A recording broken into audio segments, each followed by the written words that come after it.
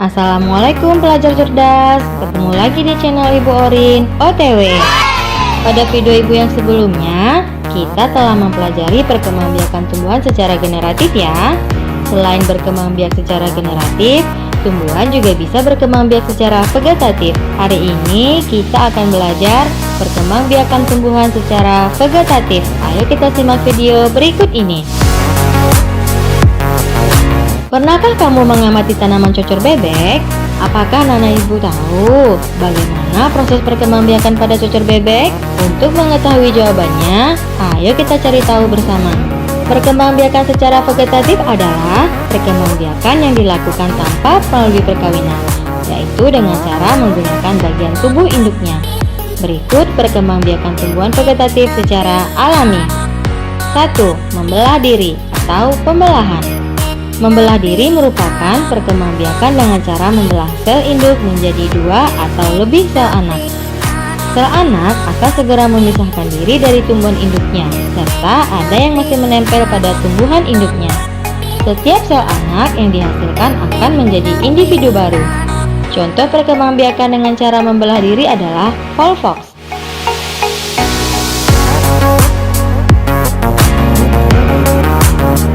2. Umbi lapis.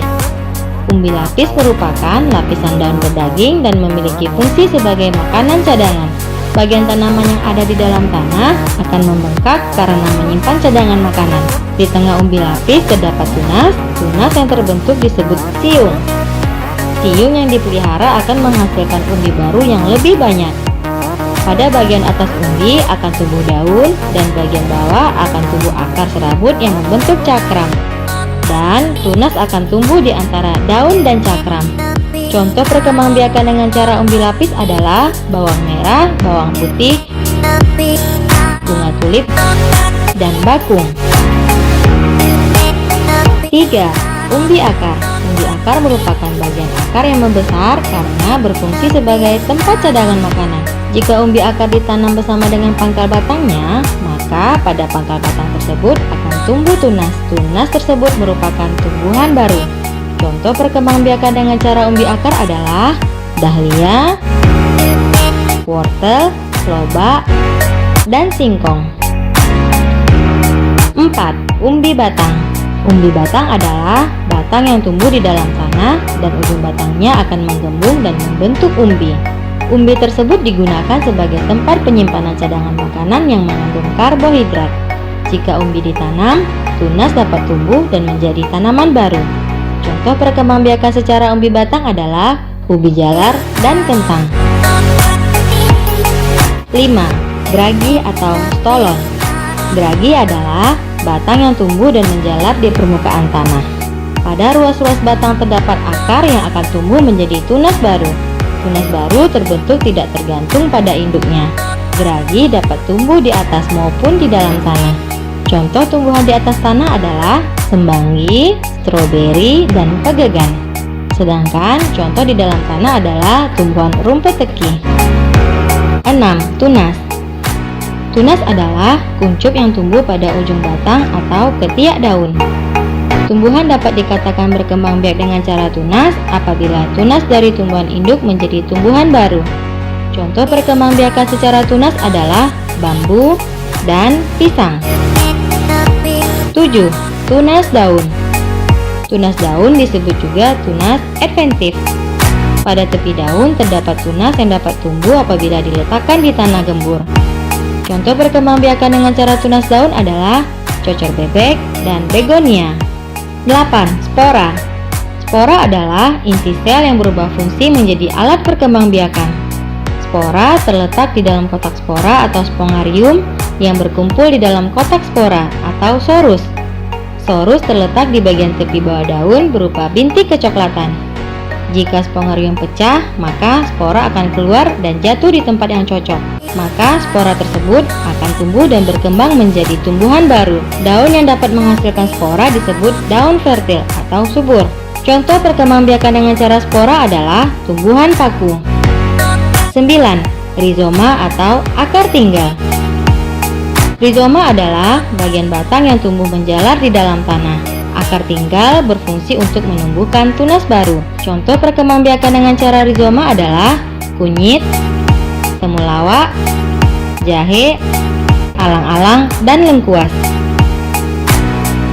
Nah, dari video di atas kita sudah mendapatkan jawaban dari pertanyaan di awal ya, bahwa cocor bebek berkembang biak dengan cara tunas daun. Demikianlah materi kita pada hari ini. Semoga ilmu yang kita pelajari bermanfaat ya. Assalamualaikum warahmatullahi wabarakatuh.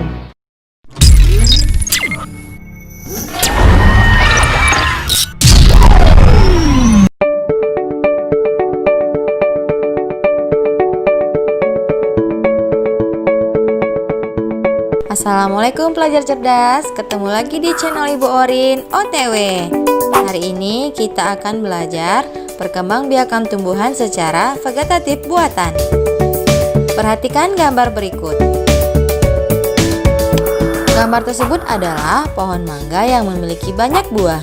Pohon mangga yang memiliki buah yang banyak merupakan salah satu perkembangbiakan tumbuhan secara vegetatif buatan. Apa itu perkembangbiakan vegetatif buatan? Perkembangbiakan tumbuhan secara vegetatif buatan adalah cara reproduksi secara vegetatif atau tanpa kawin yang tidak terjadi secara alami melainkan dibuat oleh manusia. Tujuan dari perkembangbiakan secara vegetatif buatan yaitu agar dapat memperoleh individu baru dengan cara yang lebih cepat untuk mendapatkan tumbuhan yang memiliki mutu tinggi seperti menghasilkan buah yang lebih banyak, akarnya yang kuat, dan ketahanan terhadap penyakit. Berikut contoh dari perkembangbiakan secara vegetatif buatan. 1. Cangkok. Perkembangbiakan cangkok adalah cara perkembangbiakan dengan menumbuhkan akar tumbuhan dari batang tanaman yang dicangkok. Dengan menggunakan akar tumbuh dari batang tanaman itu, kita akan mendapatkan tanaman baru. Sifat dari tumbuhan yang dihasilkan akan sama dengan induk. Tumbuhan yang bisa dicangkok adalah tumbuhan berbuah yang memiliki kambium. Langkah-langkah mencangkok pada tanaman sebagai berikut. Tandai bagian yang ingin dicangkok. Buat sayatan melingkar sepanjang 3-5 cm di bagian kuncup daun. Hilangkan kambium dan lendir dengan pisau.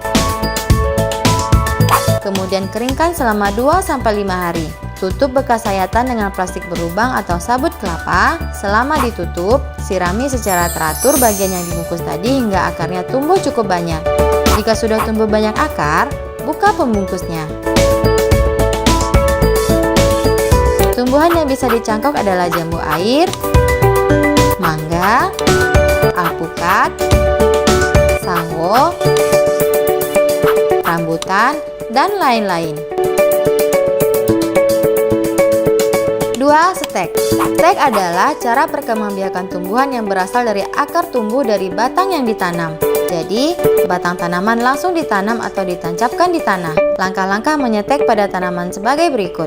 Pilihlah induk atau pohon yang akan disetek yang unggul dan sudah berbuah jika penyetekan dilakukan pada tanaman buah. Pilihlah batang yang sudah memiliki kayu keras dengan ukuran tergantung pada jenis tanaman tapi umumnya sebesar jari. Potonglah secara miring baik bagian pangkal ataupun ujungnya dengan keumuman panjangnya 10 cm. Berilah perangsang akar pada bagian pangkal. Tancap pada media yang sudah disiapkan. Saat pemasukan dalam media sebaiknya hati-hati, jangan sampai batang stek rusak. Cek tanaman, jika sudah berakar dan tumbuh daun, baru boleh ditanam. Contoh tumbuhan yang bisa disetek adalah singkong, mawar, rosemary, lavender, dan lain-lain. 3. Menempel atau okulasi. Menempel atau okulasi adalah cara menghasilkan tanaman baru dengan menempelkan tunas muda pada ranting atau batang tanaman induk. Tujuan dari okulasi adalah untuk menggabungkan dua sifat tanaman yang berbeda dari dua jenis tanaman. Langkah-langkah menempel pada tanaman sebagai berikut. Mengiris batang bawah atau membuat jendela okulasi sebagai tempat mata tunas. Mengambil mata tunas yang akan ditempelkan, misalnya dalam bentuk sayatan. Menyisipkan atau menempelkan mata tunas pada jendela okulasi. Penyisipan harus dilakukan hati-hati, jangan sampai merusak kambium. Mengikat tempelan dengan tali, saat pengikatan diusahakan tidak terlalu erat. Pembukaan tempelan setelah kurang lebih dari 1 bulan. Contoh tumbuhan yang bisa diokulasi adalah jeruk nipis, kakao, belimbing, alpukat, dan lain-lain. 4. Mengenten atau menyambung. Cara mengenten atau sambung pucuk adalah cara mendapatkan tanaman baru dengan menyambung batang tanaman satu dengan tanaman lain yang sejenis. Langkah-langkah menyambung pada tanaman sebagai berikut. Belah bagian tengah batang bawah, potong pucuk atas membentuk baji, pucuk atas disambungkan dengan batang bawah, ikat dengan tali plastik seerat mungkin sehingga sambungan kukuh. Diamkan hingga kedua bagian menyatu. Sirami dan beri pupuk secukupnya. Contoh tumbuhan yang bisa menyambung adalah terong dengan tomat, durian dengan lai, mangga dengan durian, dan lain-lain. 5. Merunduk. Cara merunduk dilakukan dengan menumbuhkan akar dari batang yang ditanam atau dirundukkan ke dalam tanah. Bagian cabang atau ranting yang tertimbun tanah tersebut akan tumbuh akar. Setelah akar cukup kuat, maka batang yang menghubungkan dengan tanaman induk dapat dipotong. Langkah-langkah merunduk pada tanaman sebagai berikut. Pilih batang tanaman yang kuat, lentur, dan panjang. Kerat bagian kulit batangnya. Bengkokkan batang tanaman hingga sedikit bagiannya menyentuh tanah. Kubur bagian yang menyentuh tanah tadi dan beri pemberat di atasnya dan biarkan selama beberapa hari dan siram secara teratur. Setelah akar di bagian tengah batang muncul, pisahkan tanaman baru dari tanaman lama atau tanaman induk dengan cara memotong batang tanaman baru yang bagian bawah. Tanaman yang baru sudah siap dipindahkan ke media tanam. Contoh tumbuhan yang bisa merunduk adalah kangkung, sirih, stroberi, apel, dan lain-lain. Nah, demikianlah materi kita pada hari ini tentang perkembangbiakan tumbuhan secara vegetatif buatan. Semoga video yang Ibu bagikan ini bermanfaat bagi semua pelajar cerdas ya. Sampai ketemu di materi Ibu yang selanjutnya. Assalamualaikum warahmatullahi wabarakatuh. Assalamualaikum pelajar cerdas, ketemu lagi di channel Ibu Orin OTW.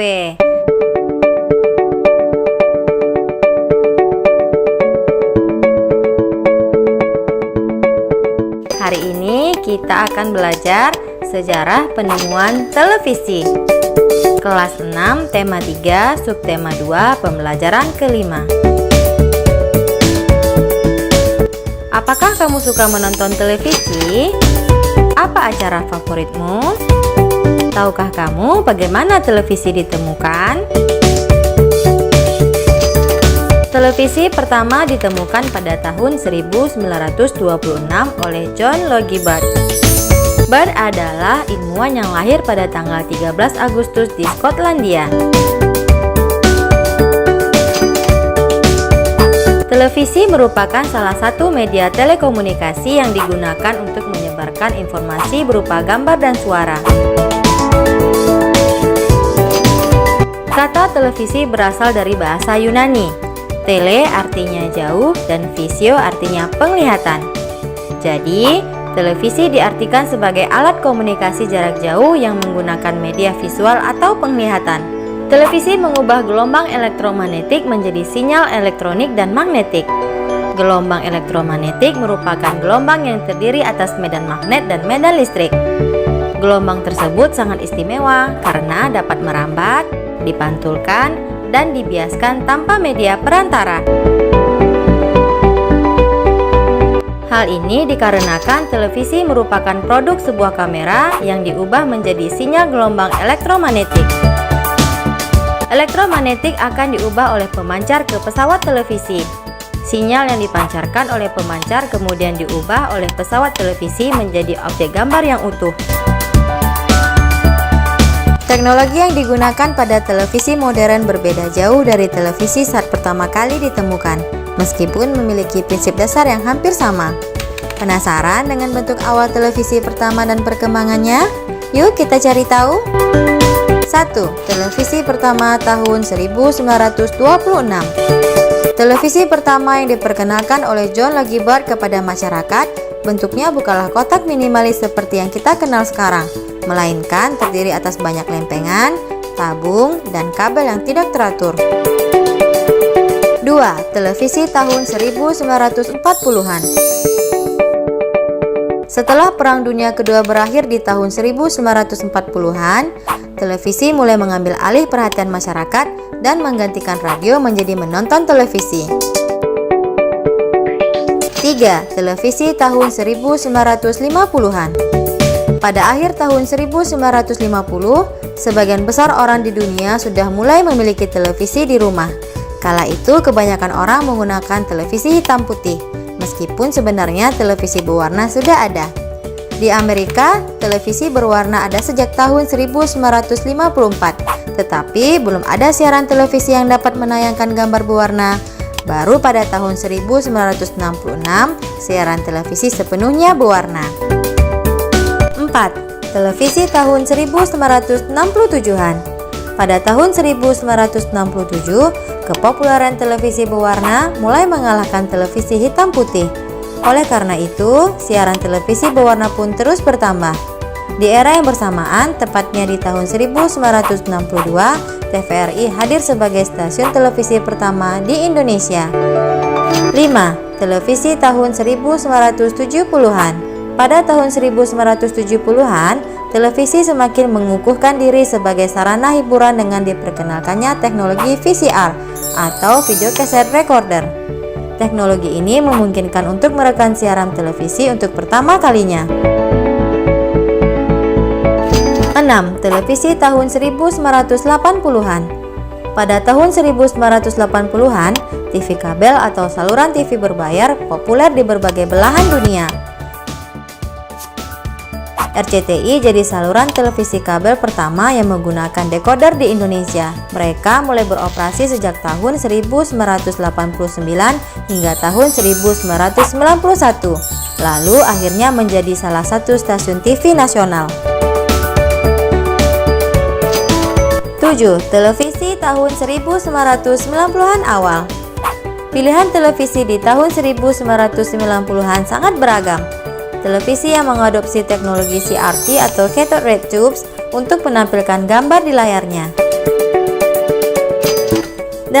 Televisi tahun 1997 sampai 2000. Televisi plasma pertama kali dipasarkan pada tahun 1997. Bentuknya yang ramping dan minimalis membuat televisi model ini sangat populer saat itu.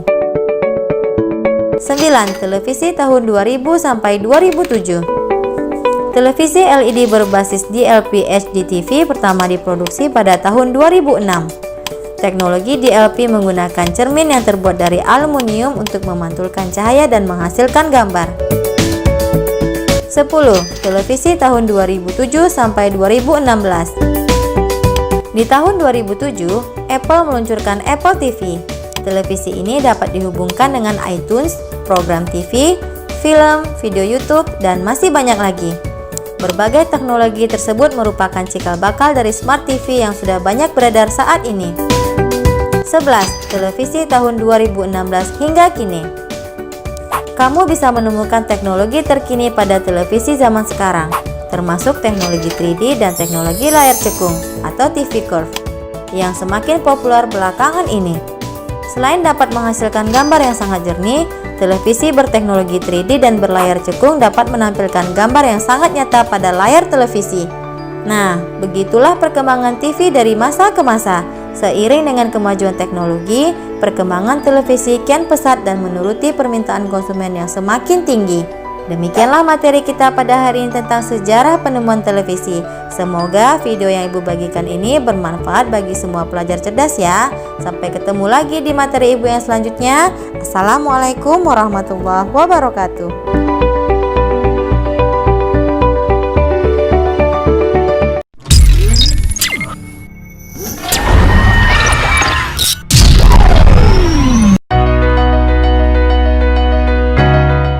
Assalamualaikum pelajar cerdas. Ketemu lagi di channel Ibu Orin OTW. Hari ini kita akan belajar kondisi geografis wilayah Asia Tenggara. Tahukah kamu bagaimana kondisi geografis di wilayah Asia Tenggara? Apakah kalian masih ingat negara apa saja yang tergabung di kawasan Asia Tenggara? Kawasan Asia Tenggara terdiri dari negara Indonesia, Malaysia, Singapura, Filipina, Thailand, Brunei Darussalam, Myanmar, Laos, Kamboja, dan Vietnam. Asia Tenggara merupakan salah satu wilayah yang berada di benua Asia. Asia Tenggara memiliki luas wilayah daratan sekitar 4.817.000 km persegi, sedangkan perairan Laut Asia Tenggara sekitar 5.060.100 km persegi. Negara terbesar di kawasan Asia Tenggara adalah Indonesia, sedangkan negara terkecil di kawasan Asia Tenggara adalah Singapura. Kondisi geografis wilayah Asia Tenggara dapat mempengaruhi beberapa hal, misalnya kondisi penduduk, mata pencaharian penduduk, dan iklim. Berikut ini, mari kita simak penjelasannya. Kondisi wilayah kawasan Asia Tenggara. 1. Letak astronomis. Secara astronomis, Asia Tenggara berada di antara 28 lintang utara sampai 11 lintang selatan dan 93 bujur timur sampai 141 bujur timur. Berdasarkan letak astronomis tersebut, maka kawasan Asia Tenggara secara geografis berbatasan dengan daerah berikut. Bagian utara berbatasan dengan India, Laut Cina Selatan, dan Taiwan. Bagian timur berbatasan dengan Papua Nugini dan Samudra Pasifik. Bagian selatan berbatasan dengan Australia dan Samudra Hindia. Bagian barat berbatasan dengan Teluk Benggala, Laut Andaman, dan Samudra Hindia.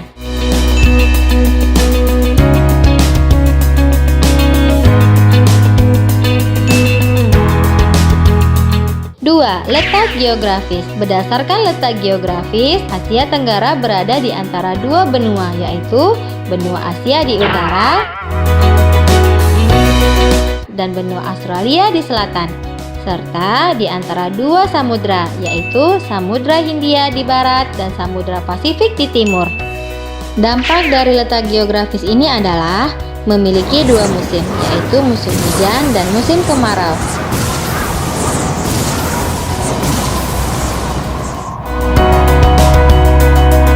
Serta dipengaruhi sirkulasi angin muson barat dan timur.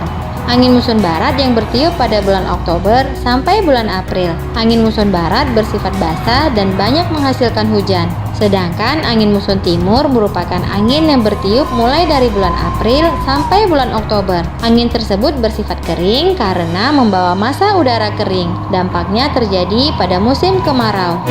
Terjadinya badai siklon. Vietnam dan Filipina merupakan negara yang rawan terkena badai siklon di Asia Tenggara. 3. Kondisi iklim. Sebagian besar negara di kawasan Asia Tenggara beriklim tropis karena dilalui oleh garis khatulistiwa. Ciri iklim tropis memiliki suhu rata-rata 24-28 derajat Celcius. Jenis hutan di Asia Tenggara didominasi hutan tropis, sisanya sabana dan hutan musim. Beberapa iklim fisik di kawasan Asia Tenggara adalah sebagai berikut. Iklim laut yaitu iklim yang dipengaruhi oleh angin laut. Hal ini terjadi karena wilayah Asia Tenggara dikelilingi laut yang luas. Iklim gunung, iklim yang dipengaruhi oleh adanya gunung-gunung tinggi. Iklim dataran rendah, yaitu iklim yang dipengaruhi oleh adanya dataran rendah yang tersebar di kawasan Asia Tenggara. 4. Letak geologis. Menurut letak geologinya, Asia Tenggara merupakan kawasan yang dilalui dua jalur pegunungan muda, yaitu Sirkum Pasifik dan Sirkum Mediterania. Dampaknya adalah munculnya pegunungan api di sepanjang batas subduksi di selatan dan di utara. 5. Kondisi penduduk. Populasi jumlah penduduk di kawasan Asia Tenggara saat ini diperkirakan lebih dari 615 juta jiwa. Indonesia merupakan jumlah populasi terbanyak di kawasan Asia Tenggara, dan sedangkan Brunei Darussalam memiliki jumlah populasi paling sedikit di kawasan Asia Tenggara. 6. Mata pencaharian. Mata pencaharian penduduk di kawasan Asia Tenggara adalah pertanian. Pertanian merupakan mata pencaharian yang paling banyak terdapat di kawasan Asia Tenggara. Hasil pertanian berupa padi, jagung, buah-buahan, teh, dan lainnya. Pertambangan, pariwisata, industri dan pariwisata juga menjadi sektor yang berkembang pesat di kawasan Asia Tenggara. Perdagangan dan perindustrian. 7. Sumber daya alam di kawasan Asia Tenggara. Sumber daya tanah di kawasan Asia Tenggara didominasi oleh tanah vulkanik dan tanah aluvial atau endapan. Hampir semua negara di kawasan Asia Tenggara memiliki sumber daya tambang kecuali hanya Singapura yang sedikit memiliki hasil tambang. Nah, sekarang Anda Ibu sudah mengerti ya bagaimana kondisi geografis wilayah di Asia Tenggara. Demikianlah materi kita pada hari ini. Semoga video yang Ibu sampaikan ini bermanfaat buat pelajar cerdas semua ya. Sampai jumpa di materi Ibu yang selanjutnya. Assalamualaikum warahmatullahi wabarakatuh.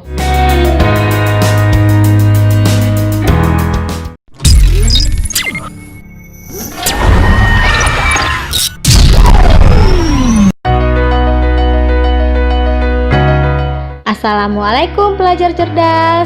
Ketemu lagi di channel Ibu Orin OTW. Hari ini kita akan belajar kondisi geografis wilayah Asia Tenggara. Tahukah kamu bagaimana kondisi geografis di wilayah Asia Tenggara? Apakah kalian masih ingat negara apa saja yang tergabung di kawasan Asia Tenggara? Kawasan Asia Tenggara terdiri dari negara Indonesia, Malaysia, Singapura, Filipina, Thailand, Brunei Darussalam, Myanmar, Laos, Kamboja, dan Vietnam. Asia Tenggara merupakan salah satu wilayah yang berada di benua Asia. Asia Tenggara memiliki luas wilayah daratan sekitar 4.817.000 km persegi, sedangkan perairan Laut Asia Tenggara sekitar 5.060.100 km persegi. Negara terbesar di kawasan Asia Tenggara adalah Indonesia, sedangkan negara terkecil di kawasan Asia Tenggara adalah Singapura. Kondisi geografis wilayah Asia Tenggara dapat mempengaruhi beberapa hal, misalnya kondisi penduduk, mata pencaharian penduduk, dan iklim. Berikut ini, mari kita simak penjelasannya. Kondisi wilayah kawasan Asia Tenggara. 1. Letak astronomis. Secara astronomis, Asia Tenggara berada di antara 28 lintang utara sampai 11 lintang selatan dan 93 bujur timur sampai 141 bujur timur.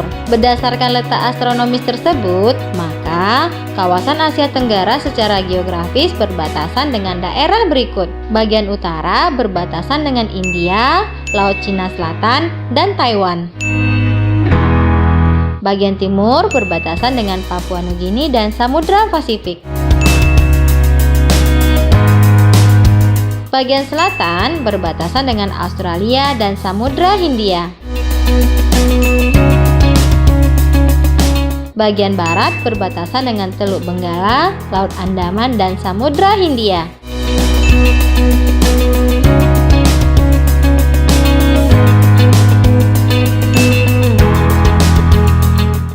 Letak geografis. Berdasarkan letak geografis, Asia Tenggara berada di antara dua benua, yaitu benua Asia di utara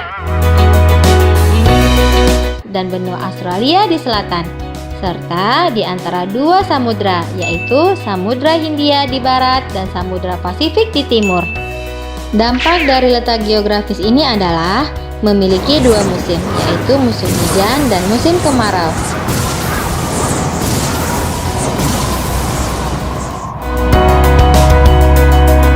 Serta dipengaruhi sirkulasi angin muson barat dan timur. Angin muson barat yang bertiup pada bulan Oktober sampai bulan April. Angin muson barat bersifat basah dan banyak menghasilkan hujan. Sedangkan angin muson timur merupakan angin yang bertiup mulai dari bulan April sampai bulan Oktober. Angin tersebut bersifat kering karena membawa massa udara kering. Dampaknya terjadi pada musim kemarau. Terjadinya badai siklon. Vietnam dan Filipina merupakan negara yang rawan terkena badai siklon di Asia Tenggara. 3. Kondisi iklim. Sebagian besar negara di kawasan Asia Tenggara beriklim tropis karena dilalui oleh garis khatulistiwa. Ciri iklim tropis memiliki suhu rata-rata 24-28 derajat Celcius. Jenis hutan di Asia Tenggara didominasi hutan tropis, sisanya sabana dan hutan musim. Beberapa iklim fisik di kawasan Asia Tenggara adalah sebagai berikut. Iklim laut yaitu iklim yang dipengaruhi oleh angin laut. Hal ini terjadi karena wilayah Asia Tenggara dikelilingi laut yang luas. Iklim gunung, iklim yang dipengaruhi oleh adanya gunung-gunung tinggi. Iklim dataran rendah, yaitu iklim yang dipengaruhi oleh adanya dataran rendah yang tersebar di kawasan Asia Tenggara. 4. Letak geologis. Menurut letak geologinya, Asia Tenggara merupakan kawasan yang dilalui dua jalur pegunungan muda, yaitu Sirkum Pasifik dan Sirkum Mediterania. Dampaknya adalah munculnya pegunungan api di sepanjang batas subduksi di selatan dan di utara. 5. Kondisi penduduk. Populasi jumlah penduduk di kawasan Asia Tenggara saat ini diperkirakan lebih dari 615 juta jiwa. Indonesia merupakan jumlah populasi terbanyak di kawasan Asia Tenggara, dan sedangkan Brunei Darussalam memiliki jumlah populasi paling sedikit di kawasan Asia Tenggara. 6. Mata pencaharian. Mata pencaharian penduduk di kawasan Asia Tenggara adalah pertanian. Pertanian merupakan mata pencaharian yang paling banyak terdapat di kawasan Asia Tenggara. Hasil pertanian berupa padi, jagung, buah-buahan, teh, dan lainnya. Pertambangan, pariwisata, industri dan pariwisata juga menjadi sektor yang berkembang pesat di kawasan Asia Tenggara. Perdagangan dan perindustrian. 7. Sumber daya alam di kawasan Asia Tenggara. Sumber daya tanah di kawasan Asia Tenggara didominasi oleh tanah vulkanik dan tanah aluvial atau endapan. Hampir semua negara di kawasan Asia Tenggara memiliki sumber daya tambang kecuali hanya Singapura yang sedikit memiliki hasil tambang. Nah, sekarang Anda Ibu sudah mengerti ya bagaimana kondisi geografis wilayah di Asia Tenggara. Demikianlah materi kita pada hari ini. Semoga video yang Ibu sampaikan ini bermanfaat buat pelajar cerdas semua ya. Sampai jumpa di materi Ibu yang selanjutnya. Assalamualaikum warahmatullahi wabarakatuh.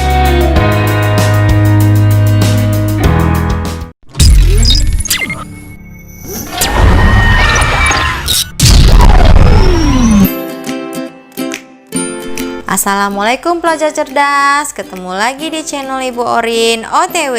Hari ini kita akan belajar kondisi perekonomian negara di kawasan Asia Tenggara. Nah, langsung saja ya, Ibu akan menjelaskan materi tentang kondisi perekonomian di wilayah kawasan Asia Tenggara, dimulai dari negara 1. Malaysia. Kegiatan ekonomi utama penduduk Malaysia adalah di bidang pertanian, yaitu menghasilkan karet, minyak sawit, kopra, teh, lada, dan padi. Di bidang pertambangan yaitu menghasilkan biji timah, bauksit, biji besi, dan minyak bumi.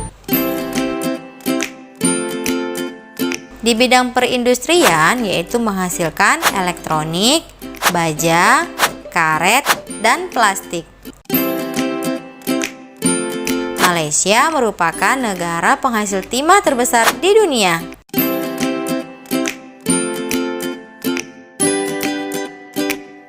Dua, Brunei Darussalam. Kegiatan ekonomi negara Brunei Darussalam adalah Brunei Darussalam memiliki tambang gas yang melimpah sehingga sumber daya alam inilah yang menjadi komoditas unggulan yang diekspor ke negara lain. Barang yang diimpor negara Brunei Darussalam adalah mesin mobil, barang elektronik, beras, dan gula. Brunei Darussalam merupakan negara terkaya kedua di kawasan Asia Tenggara. Brunei Darussalam memiliki istana yang besar dan megah. 3. Singapura. Kegiatan ekonomi negara Singapura adalah Perekonomian negara Singapura sangat bergantung pada jasa perbankan, perdagangan, perhubungan, perindustrian, dan pariwisata. Di bidang perindustrian, negara Singapura menghasilkan kapal, barang elektronik, dan bahan makanan untuk diekspor. Negara Singapura merupakan negara terkaya di Asia Tenggara, negara kedua terkaya di Asia, dan termasuk 10 besar terkaya di dunia. 4. Indonesia. Kegiatan ekonomi penduduk Indonesia adalah di bidang pertanian, yaitu menghasilkan padi, di bidang perkebunan, yaitu menghasilkan teh dan kopi, di bidang pertambangan, yaitu menghasilkan emas, intan, nikel, dan minyak bumi. Di bidang perairan, perindustrian, dan pariwisata juga merupakan sektor perekonomian negara Indonesia. 5. Filipina. Kegiatan ekonomi penduduk Filipina adalah di bidang pertanian, yaitu menghasilkan padi, kelapa, serat abaka, kopra, tebu, karet, nenas, dan gula. Di bidang pertambangan, yaitu menghasilkan kobalt, tembaga, emas, nikel, biji besi, belerang, krom, dan minyak bumi.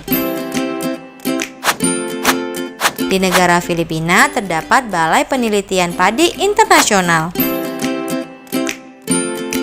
6. Thailand. Kegiatan ekonomi penduduk Thailand adalah di bidang pertanian, negara Thailand merupakan lumbung padi di kawasan Asia Tenggara. Di bidang kehutanan, yaitu menghasilkan kayu jati. Di bidang pertambangan, yaitu menghasilkan timah dan mangan. Di bidang industri, yaitu menghasilkan tekstil, semen, dan barang elektronik. Di bidang pariwisata merupakan penghasil devisa utama di negara Thailand. Contoh tempat wisata di Thailand adalah Pantai Pattaya, Chiang Mai, Ayutthaya, dan Bangkok. 7. Myanmar. Kegiatan ekonomi penduduk Myanmar adalah di bidang pertanian, hasil utama di negara Myanmar adalah padi. Myanmar merupakan negara kedua penghasil padi terbesar di kawasan Asia Tenggara setelah Thailand. Selain padi, kapas dan tembakau juga hasil pertanian dari negara Myanmar. Di bidang pertambangan, yaitu menghasilkan seng, tembaga, emas, perak, timah, dan minyak bumi. Di bidang industri, yaitu menghasilkan semen, tekstil, pupuk, ubin, rami, farmasi, baja, dan makanan ternak. 8. Laos. Kegiatan ekonomi penduduk Laos adalah di bidang pertanian, yaitu menghasilkan padi dan jagung. Kegiatan pertanian banyak dilakukan di sepanjang Sungai Mekong. Di bidang peternakan antara lain sapi, babi, kerbau, dan unggas. Di bidang pertambangan, yaitu menghasilkan timah dan garam batu. Di bidang perindustrian, yaitu menghasilkan timah, kayu jati, pemintalan sutra, keramik, kerajinan kulit, dan kerajinan perak. 9. Vietnam. Kegiatan ekonomi penduduk Vietnam adalah di bidang pertanian, yaitu menghasilkan padi, jagung, kapas, tebu, ubi jalar, buah-buahan, dan tembakau.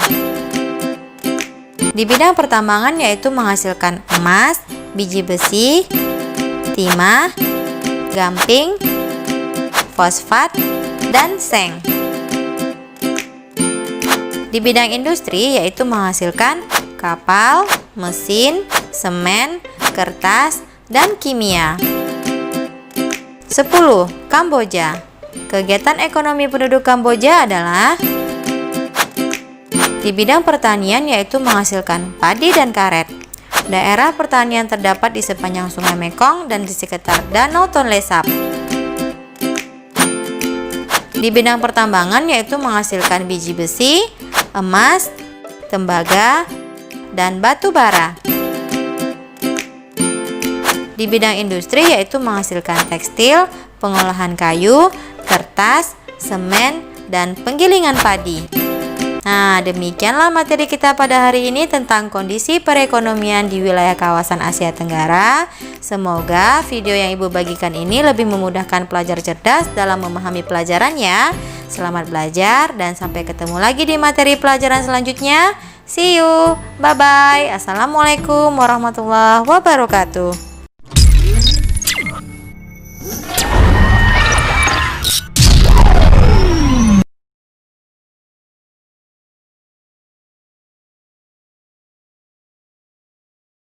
Initiating satellite scan.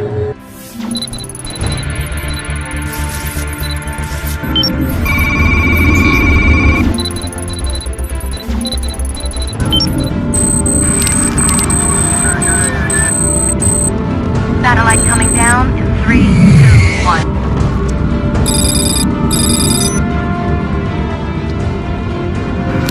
Assalamualaikum, ketemu lagi di channel Ibu Orin OTW.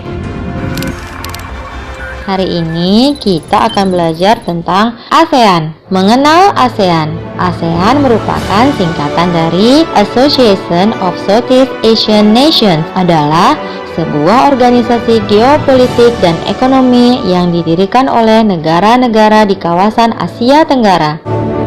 Dalam bahasa Indonesia, ASEAN disebut juga dengan Perbara atau Perhimpunan Bangsa-Bangsa Asia Tenggara.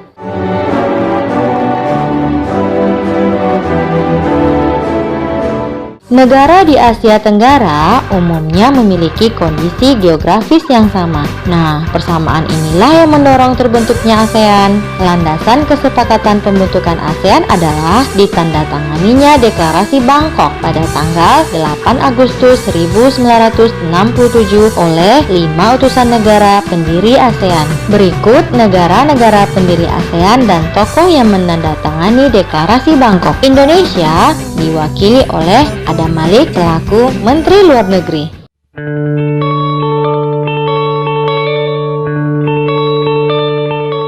Malaysia diwakili oleh Tun Abdul Razak selaku Wakil Perdana Menteri.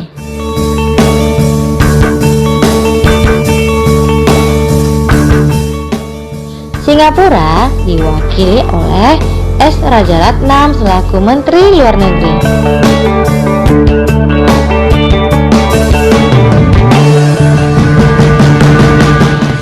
Filipina diwakili oleh Narciso Ramos selaku Menteri Luar Negeri.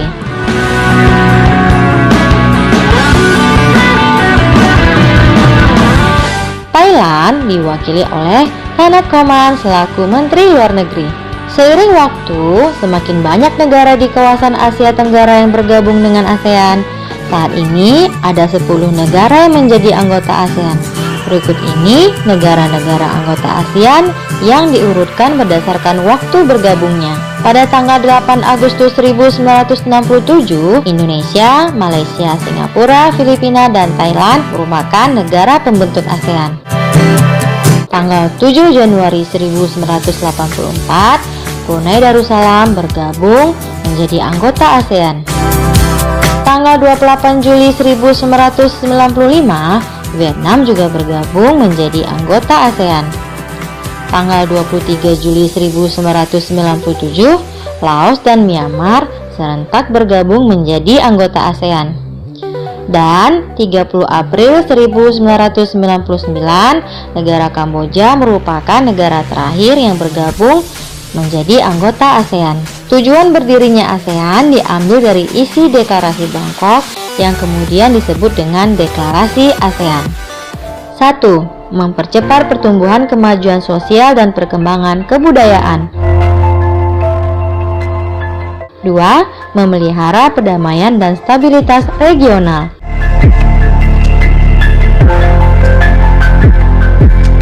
3. Meningkatkan kerjasama yang aktif.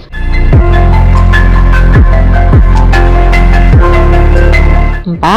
saling memberikan bantuan dalam bentuk sarana fasilitas pelatihan dan penelitian.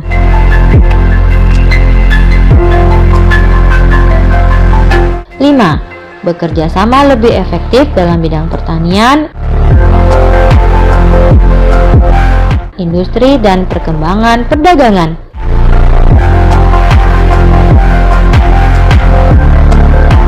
Enam, meningkatkan studi tentang masalah-masalah di Asia Tenggara.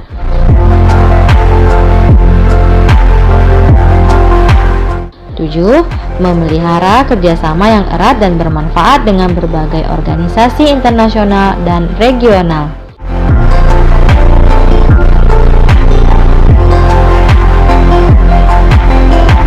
Prinsip dasar ASEAN. Seperti yang telah tertuang dalam Treaty of Amity of Cooperation in Southeast Asia atau singkatan TAC, untuk mengatur hubungan antar negara anggotanya, maka dibuatlah prinsip dasar ASEAN yang disepakati pada tanggal 24 Februari 1976. Mari kita perhatikan prinsip-prinsip dasar ASEAN sebagai berikut. 1. Saling menghormati kemerdekaan, kedaulatan, persamaan, integritas wilayah, dan identitas nasional segala bangsa. 2. Hak setiap negara untuk memimpin eksistensi negaranya bebas dari campur tangan, subversi, ataupun paksaan dari luar. 3. Prinsip tidak campur tangan dalam hubungan internal satu dengan yang lainnya.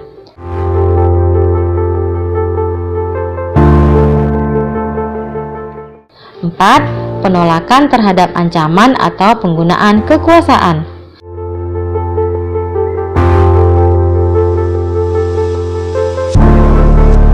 5. Kerjasama efektif antar negara peserta.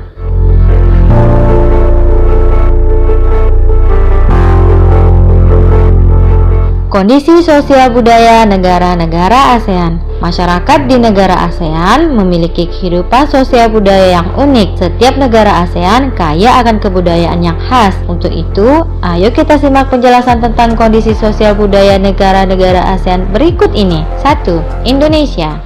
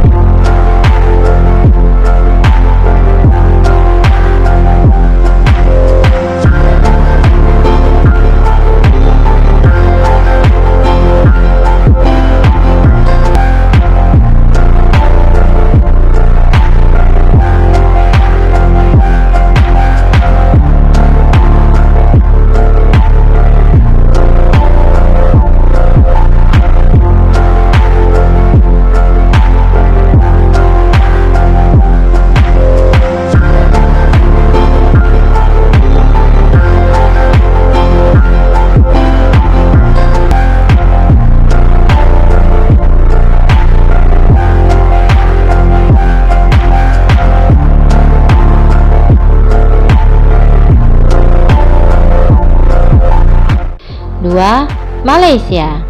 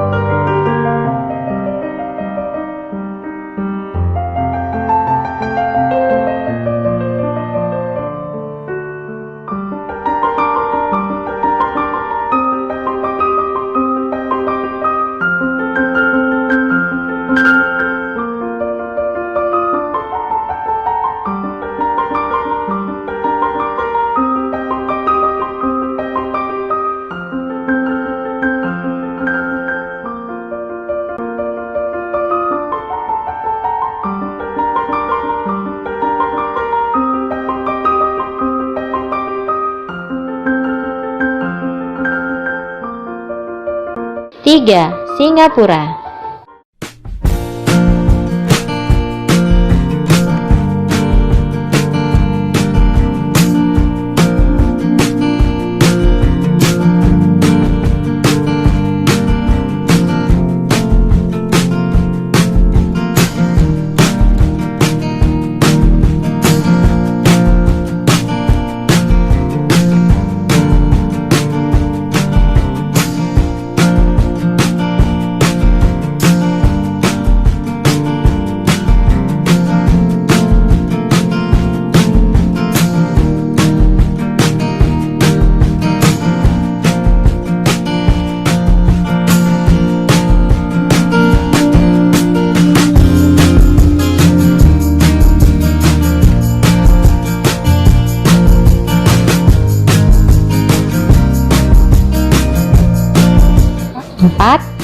Filipina.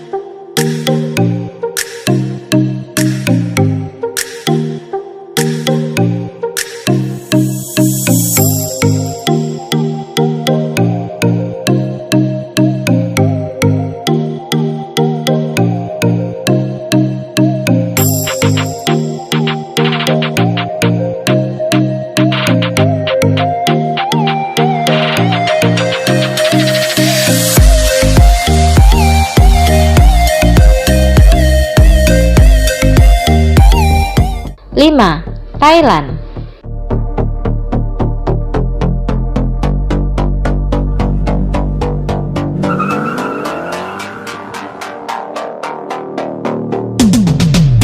Hand on the wheel, got my pistons pumping, all 800 horses running. Oh, baby. 125 in the middle of the night, got my engine thundering. Dream machine, racing queen, I'll take you wherever you wanna go. Let's blow this town, break the speed of sound. Tonight we all know. Dream machine, racing queen, you make my heart beat, you make my heart beat. Dream machine, racing queen, you make my heart beat, you make my heart. 6. Brunei Darussalam.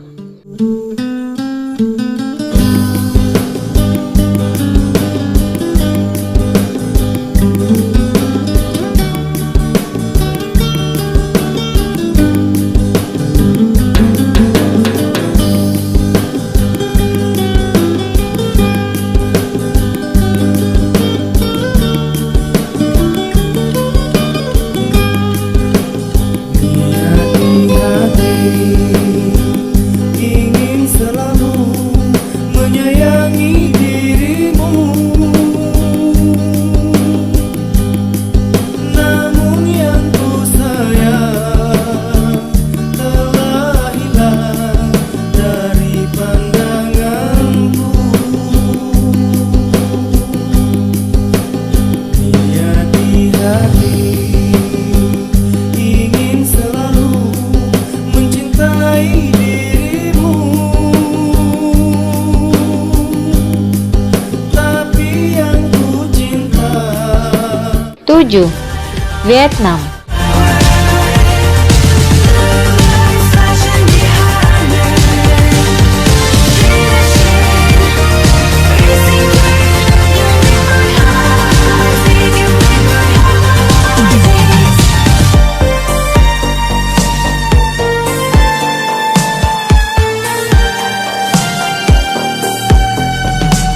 Born to ride, Mustang 65, got that V8 engine with a fuel injection. Drop the clutch, pedal to the floor, turn that kitty butt into a lion's roar. Dream machine, racing queen, I'll take you wherever you wanna go. Let's blow this town, break the speed of sound. Tonight we all know. Dream machine, racing queen, you make my heart beat, you make my heart beat. Dream machine, racing queen, you make my heart. 8. Laos.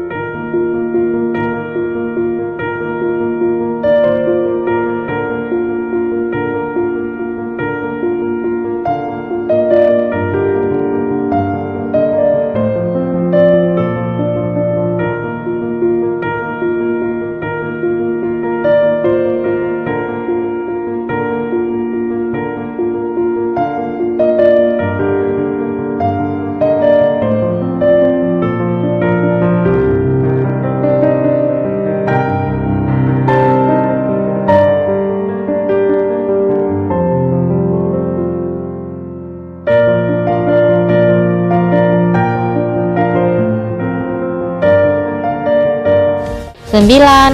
Myanmar.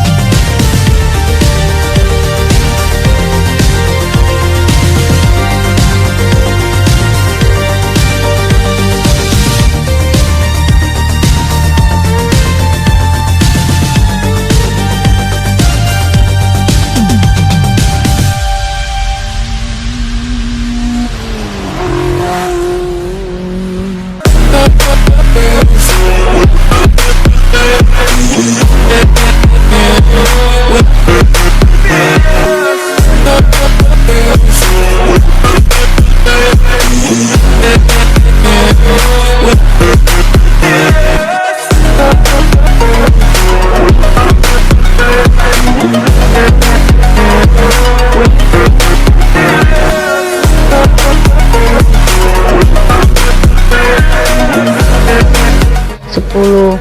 Kamboja.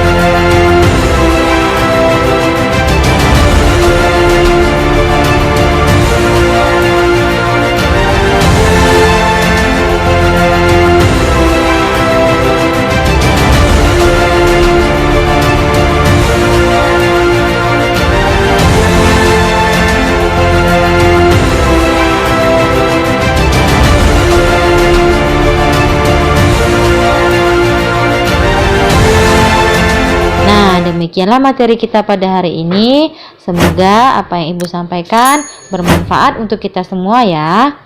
Sampai jumpa di materi Ibu yang selanjutnya. Assalamualaikum warahmatullahi wabarakatuh.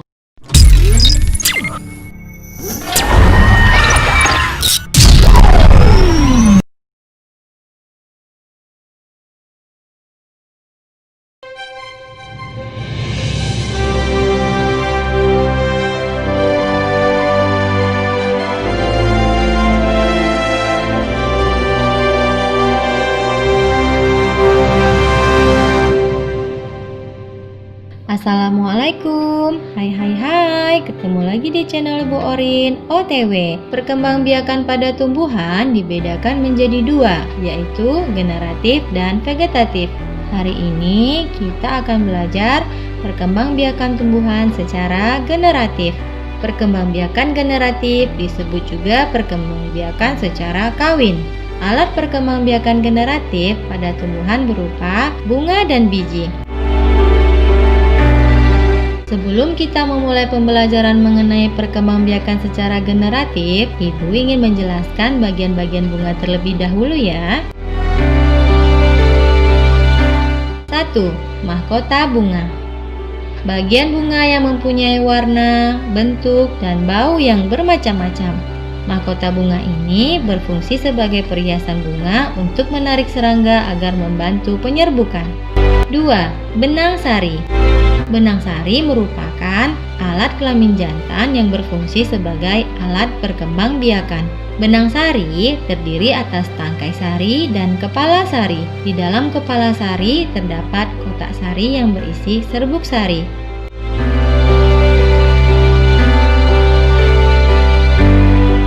3. Putik. Putik merupakan alat kelamin betina yang berfungsi sebagai alat perkembangbiakan. Putik terdiri dari kepala putik, tangkai putik, dan bakal buah. Di dalam bakal buah terdapat bakal biji berisi sel kelamin betina atau sel telur. 4. Kelopak bunga. Bagian yang membungkus mahkota bunga dan melindungi bunga ketika masih kuncup. 5. Tangkai bunga. Bagian bunga yang melekat pada batang yang berfungsi sebagai penopang bunga. Kemudian, bunga juga dibedakan menjadi beberapa jenis berdasarkan kelengkapan bagian-bagiannya. Untuk itu, mari disimak penjelasan berikut ini. Jenis-jenis bunga dibagi menjadi dua. 1. Berdasarkan kelengkapan alat perkembangbiakan. 2. Berdasarkan kelengkapan bagian-bagian bunga. Berdasarkan kelengkapan alat perkembangbiakan dibagi lagi menjadi dua. 1. Bunga sempurna, yaitu mempunyai benang sari dan putik dalam satu bunga. Contohnya adalah bunga apel dan bunga jeruk. 2. Bunga tidak sempurna, yaitu hanya mempunyai benang sari saja atau putik saja dalam satu bunga. Contohnya adalah bunga melinjo dan bunga jagung. Berdasarkan kelengkapan bagian-bagian bunga terbagi lagi menjadi dua. 1. Bunga lengkap, yaitu bunga yang mempunyai semua bagian-bagian bunga. Contohnya adalah bunga sepatu dan bunga mawar. 2. Bunga tidak lengkap, yaitu bunga yang tidak mempunyai semua bagian-bagian bunga. Contohnya adalah bunga kamboja dan bunga kelapa. Nah, karena kita sudah mengetahui bagian-bagian bunga beserta jenisnya, maka dari itu sekaranglah saatnya kita bahas perkembangbiakan tumbuhan secara generatif. Mari kita simak penjelasan berikut ini. Perkembangbiakan secara generatif pada tumbuhan diawali dengan penyerbukan.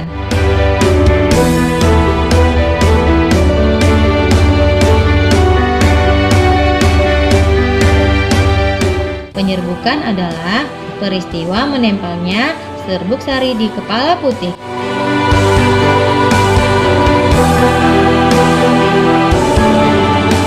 Setelah proses penyerbukan, akan terjadi proses pembuahan. Bersatunya sel kelamin jantan dan sel kelamin betina dan akan membentuk individu baru. Hasil dari pembuahan akan terbentuknya zigot. Zigot akan berkembang menjadi embrio.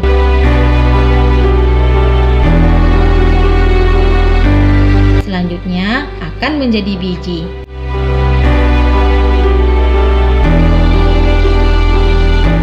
Dan jika biji ditanam, akan tumbuh menjadi tumbuhan baru yang sama dengan induknya. Di dalam proses penyerbukan terdapat beberapa tahapan-tahapan penyerbukan dan pembuahan pada tumbuhan. Berikut ini penjelasannya. Penyerbukan dibedakan menjadi 4, yaitu 1. Penyerbukan sendiri.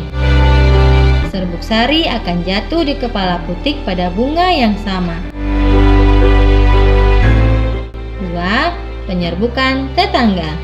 Serbuk sari jatuh di kepala putik bunga lain tetapi masih dalam satu pohon.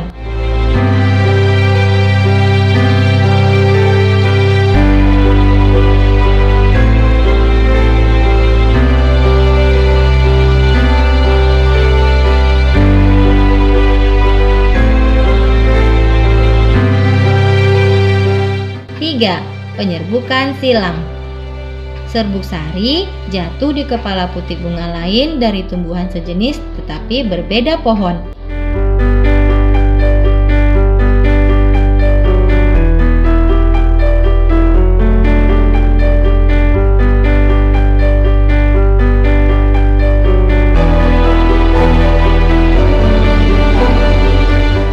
4. Penyerbukan bastar. Serbuk sari jatuh di kepala putik pada bunga yang berasal dari tumbuhan yang berbeda jenis.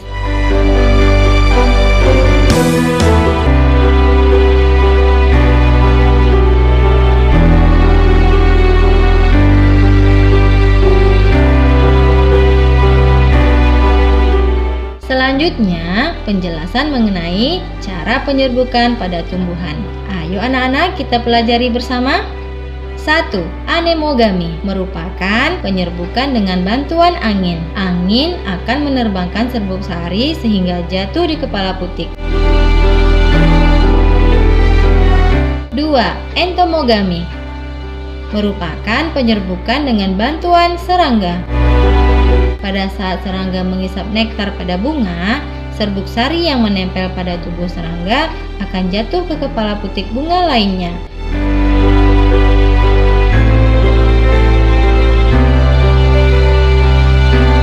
Tiga, antropogami merupakan penyerbukan dengan bantuan manusia.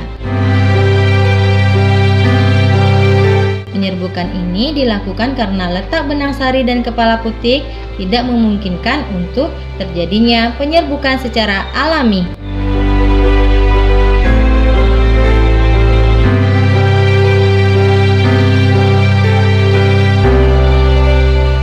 Empat, hidrogami merupakan penyerbukan dengan bantuan air.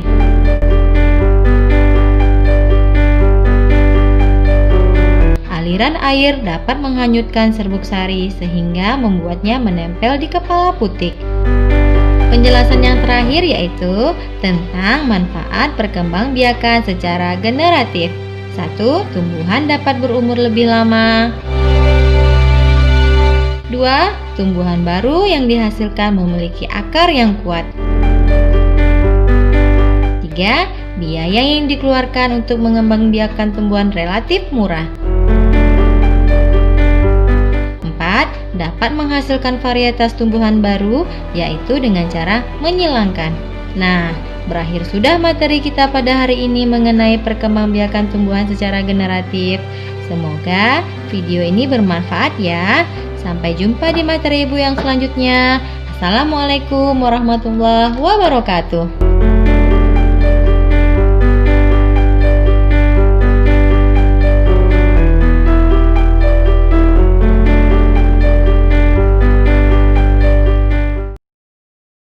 Assalamualaikum pelajar cerdas, ketemu lagi di channel Ibu Orin OTW.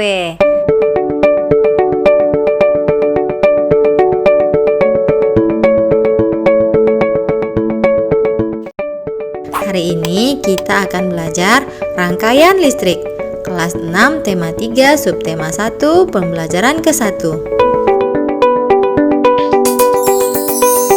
Rangkaian listrik adalah sebuah jalur atau rangkaian sehingga elektron dapat mengalir dari sumber voltase atau arus listrik. Proses perpindahan elektron inilah yang kita kenal sebagai listrik. Terdapat dua tipe rangkaian listrik, yaitu rangkaian seri dan rangkaian paralel. Mari kita simak penjelasan berikut ini. 1. Rangkaian seri. Rangkaian seri merupakan sebuah rangkaian listrik yang komponennya disusun secara berderetan hanya melalui satu jalur aliran listrik. Komponen yang tersusun seri akan terhubung melalui satu jalur sehingga aliran arus listrik akan mengalir ke semua komponen. Berdasarkan bentuknya, rangkaian seri akan tersusun seperti penjelasan di bawah ini. Susunan rangkaian seri terlihat sederhana. Susunan seri tidak memiliki cabang rangkaian. Aliran listrik dari sumber tegangan semisal baterai akan menuju kepada hambatan dengan satu kabel, sehingga hanya ada satu kabel yang menghubungkan hambatan listrik secara lurus berjajar.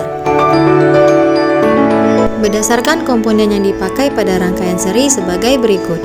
Bentuk dari susunan rangkaian seri dan rangkaian paralel berbeda dikarenakan jumlah dari komponen yang digunakan juga berbeda. Jumlah hambatan yang diberikan pada kedua rangkaian ini bisa disesuaikan dengan kebutuhan. Keunggulan yang dimiliki oleh rangkaian seri adalah pada rangkaian seri akan menggunakan lebih sedikit komponen daripada di rangkaian paralel, memiliki kemampuan deteksi lebih cepat bila terjadi kerusakan, serta memiliki kuat arus listrik yang mengalir adalah sama, serta lebih hemat listrik. Kelemahan yang dimiliki rangkaian seri adalah memiliki energi potensial yang berbeda sehingga bila digunakan pada rangkaian bohlam memberikan nyala yang tidak sama. Bohlam terjauh dari sumber tegangan memiliki nyala yang lebih redup dikarenakan memiliki satu sumber listrik, maka bila salah satu komponen mati menyebabkan seluruh komponen juga mati. Contoh penerapan rangkaian seri adalah pada lampu senter. Dalam senter ini baterai terhubung dalam rangkaian sederhana karena hanya diperlukan satu lampu saja. Contoh lainnya adalah lampu hiasan pada pesta atau lampu pohon Natal yang disusun seri agar dapat dinyalakan dan dimatikan bersama. 2. Rangkaian paralel.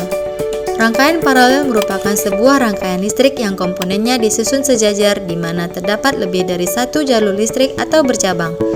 Tegangan yang melewati tiap komponen adalah sama, dan total arus adalah jumlah arus yang melewati tiap komponen.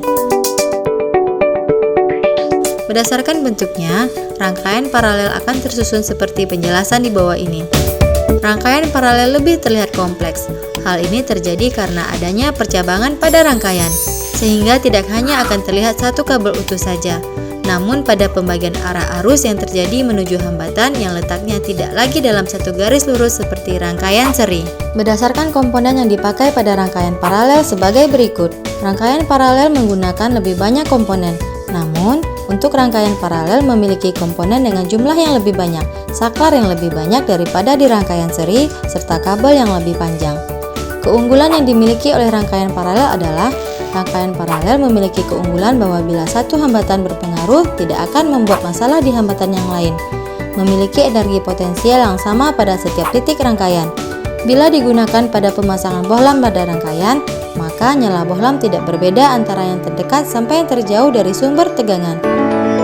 Kelemahan yang dimiliki rangkaian paralel adalah lebih boros listrik dan pemakaian komponen penyusun memiliki kuat arus yang berbeda antara satu titik dengan yang lainnya. Contoh penerapan rangkaian listrik paralel yaitu distribusi listrik PLN ke rumah-rumah. Contoh lainnya adalah rangkaian lampu di rumah yang dapat dinyalakan satu atau beberapa lampu saja tanpa mempengaruhi lampu lainnya. Nah, demikianlah penjelasan Ibu mengenai rangkaian seri dan paralel. Semoga bertambahnya ilmu dan wawasan bagi seluruh pelajar cerdas ya. Tetap patuhi protokol kesehatan dan semangat. Sampai jumpa di materi Ibu yang selanjutnya. Assalamualaikum warahmatullahi wabarakatuh.